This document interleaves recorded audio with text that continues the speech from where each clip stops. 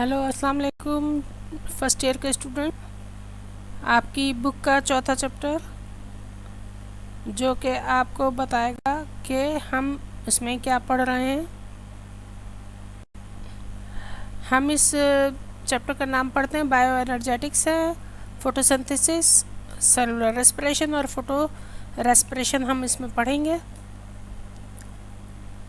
बहुत से बच्चों को किताबें मिल गई होंगी, जिनको नहीं मिली उनके लिए ये वीडियो जो है वो हेल्पफुल रहेगी।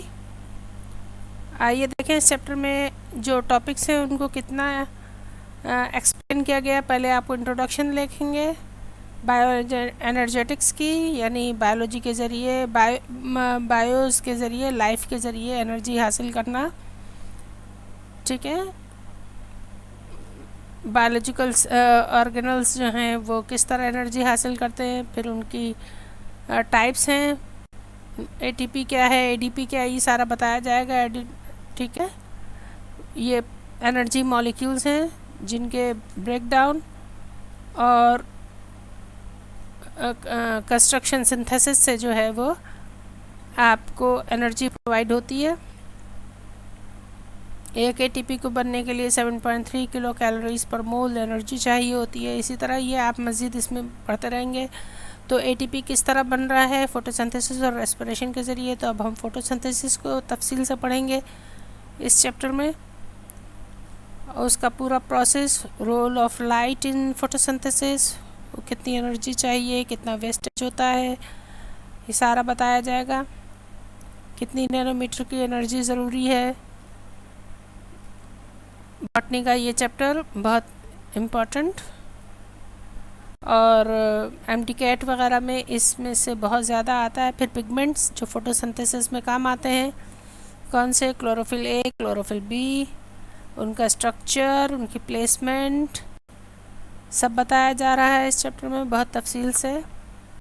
ठीक है, फिर कैरोटीनॉइड्स को बताया गया कि वो क्या होते हैं जो कंस्ट्रक्ट करेंगे पिगमेंट्स, लाइट्स को एब्जॉर्ब करने वाले। उसके बाद हम इसमें उनकी एब्जॉर्प्शंस और उनका तरीक़ाकार सारा समझ रहे हैं। पिगमेंट्स की अरेंजमेंट मैंने बताया अभी कि किस तरह वो अरेंज होंगे सेल के अंदर, टिश्यू के अंदर। कार्बन डाइऑक्साइड फोटोसिंथेसिस में क्या रोल अदा कर रही है, पानी क्या रोल अदा कर रहा है, what is the role of water.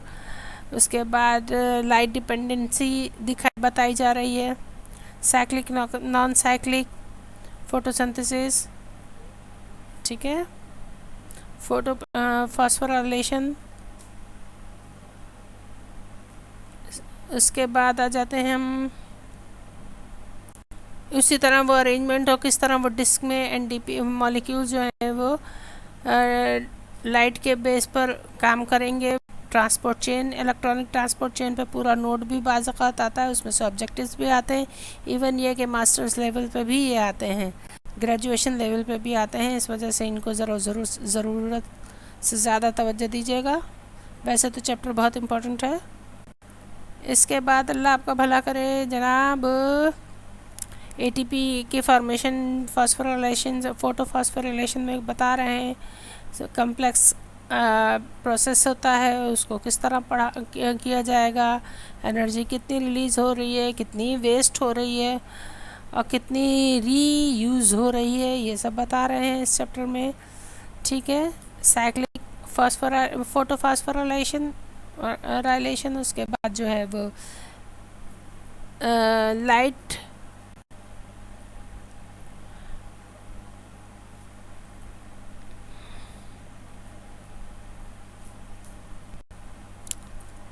Light independent reactions, यानी कि जहाँ पर जब लाइट ना हो, उसकी ज़रूरत नहीं हो, तो फिर ये डार्क रिएक्शन भी कहलाता है। इसको हम पढ़ेंगे। केल्विन साइकिल भी होता है ये, इसको तफसील से पढ़ा जाएगा। रिडक्शन वगैरह भी सब इसी में, फर्मेंटेशन भी इसी ज़रिए। ठीक है, कहीं पर कार्बन डाइऑक्साइड और ऑक्सीजन की कमी ना हो तो किस तरह के रिएक्शंस हैं। कहीं पर जो है वो लाइट ना हो तो किस तरह की किस तरह पावर जनरेट होगी, ये सब कुछ है। सेलुलर रेस्पिरेशन बताना शुरू हो गए हैं कि जब ऑक्सीजन की, अभी तो लाइट से कंसर्न था, अब ऑक्सीजन से रिलेटेड प्रोसेसेस बता रहे हैं कि जब ऑक्सीजन हो तो किस तरह, और फिर एनारोबिक रेस्पिरेशन जब ऑक्सीजन ना हो तो किस तरह, ये फर्मेंटेशन आ गई, ग्लाइकोसिलिसिस का पूरा चैप्टर, ये बहुत इंपॉर्टेंट टॉपिक है, इसको भी आप मिस नहीं करेंगे कभी भी। नाम समझ में आए तो कमेंट्स बॉक्स में लिखिए, उसकी एक्सप्लेनेशन हम भी सेंड कर देंगे ताकि आपको आसानी से समझ में आ जाए।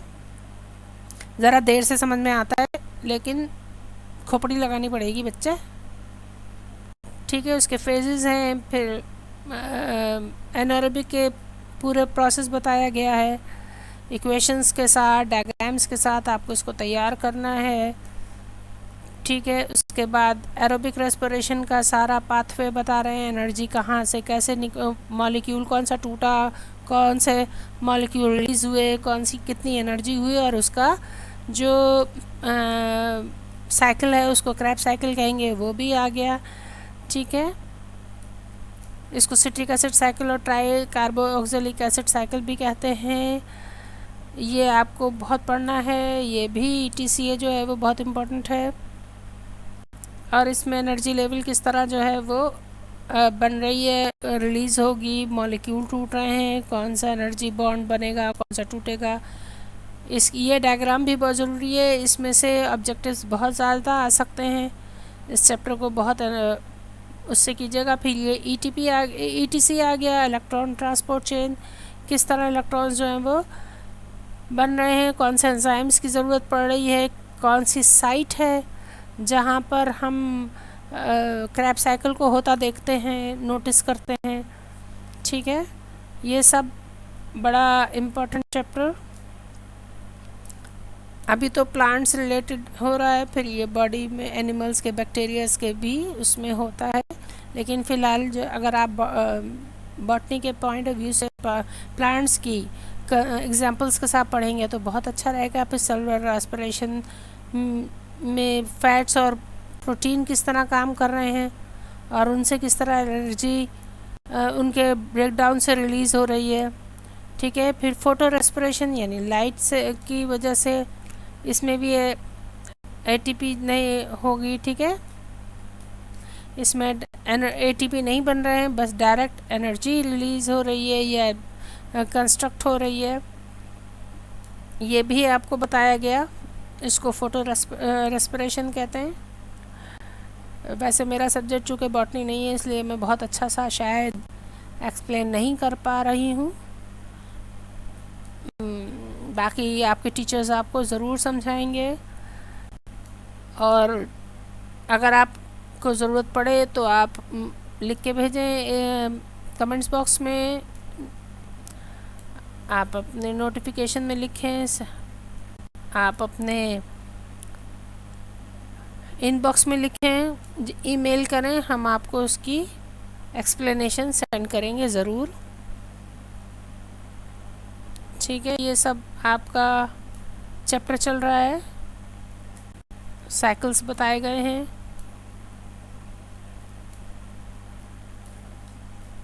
मेटाबॉलिज्म के तमाम स्टेप्स हैं, उसके बाद समरी आ गई आपकी चैप्टर की,